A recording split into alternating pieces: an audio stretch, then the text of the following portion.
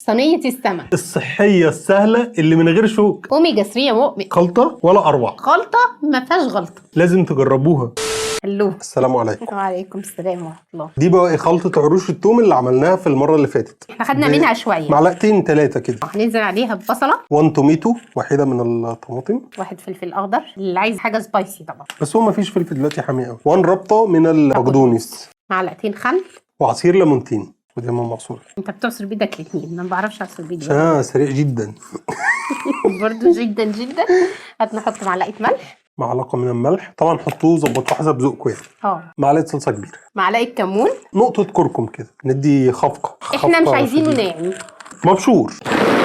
سيبوها تتنقع مع بعض. معانا سردين، هنوريكم طريقه تنظيفه. هنقطع الراس، نشيل دي كده، نفتح بصبعنا كده السمكه ونشيل السلسله، اوعوا تشيلوا معاها لحم حرام. هننضف الجنبين كده من اي اثر للشوك عشان لو في اطفال. كده الشوك اللي في الجنبين ده شوك ضعيف جدا في السردين. انا عن نفسي باكله عادي وماما بتاكله، يعني هو شوك ضعيف جدا، بس طفل صغير ممكن يقف في زور ولا حاجه. وده الشكل النهائي بتاعها. ومن الحاجات المهمه جدا اللي تعرفوا سمك السردين طازه ولا لا، خده بيبقى احمر كده وعسل. ها، عارفه انت الاحمر في العسل ليه خده بيبقى احمر؟ عشان ده دم. لو الدم ده ويبدا يتحول للون بني كده، السمك ده بقى له كذا يوم طالع من الميه ومش طازه. انما لو ما زال لونه احمر زي ما انتم شايفين كده، اعرفوا ان السمك ده طازه وبرفكتو. وصراحه الريحه كمان السردين بالذات من الريحه دي حقيقه، لازم ريحته كده ريحه بحر، ريحه بحر مش ريحه زفاره.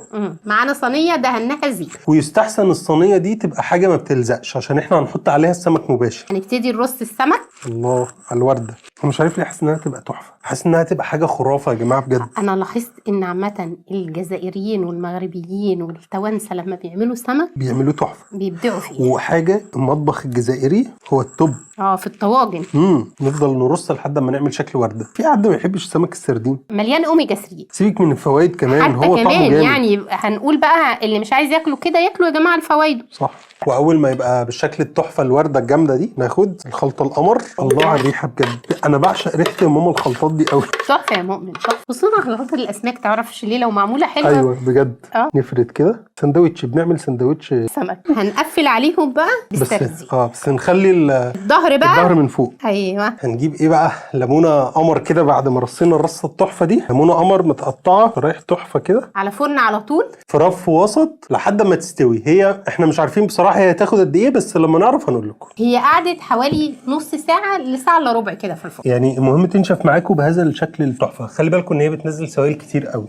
اطعم صينيه سمك بجد والله، انا كلتها. الله على المزازه اللي عاملها الليمون، البصل اللي مخليها فيها سنه سكر كده بسيطه خالص في الاخر، وعروش التوم اللي استخدمناها. عروش التوم مش التوم. لا بجد ايه ده والله بجد انا مش عايزه اقول ان هي من ألذ سمك السردين انا اكلته في حياتي. ليه مش عايزه تقولي؟ هي فعلا ألذ مره ناكل سردين غير مقلي. الله عليك. ايه ده بجد. شكرا يا جماعه للتوانسه والمغاربه بتوع القاف دول، انا مش عارفه بقى منين بالظبط. يعني ايا كان، شكرا للي اخترع الصينيه دي، بجد روعه. الفكره في ايه؟ واحنا مثلا بننظف الشوك مفيش تعب. لا. فمش مثلا حاجه هنقعد نتعب فيها جامد فنديها مجهود فتدينا في الاخر طعم حلو. لا، هي سهله. لا، سمك السردين سمكه نظيفه. انا اصلا واحنا بنصور بقول لك ماما هو ايه الحلقه القصيره دي، من كتر ما هي سهله. بجد هي سهله جدا، سهله، وصدقوني هتعجب الكبير والصغير والاطفال. وبجد ما شاء الله عليها، هي من احلى صواني السمك اللي انا اكلتها بالظبط. وما فيهاش شوك، ومن غير ولا نقطه زيت.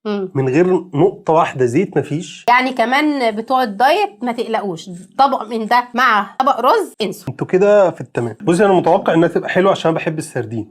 بس ما توقعتش انها تبقى احلى ما انا كنت متخيل. فيها مزازه وطعامه بجد هتبهركم صراحه. لازم تجربوها بجد عشان عظمه. هي عظمه فعلا، وشكلها تحفه قوي في العزايم. ما انا قلت لك دي اساسي في اي عزومه سمك. بجد شكلها جميل قوي.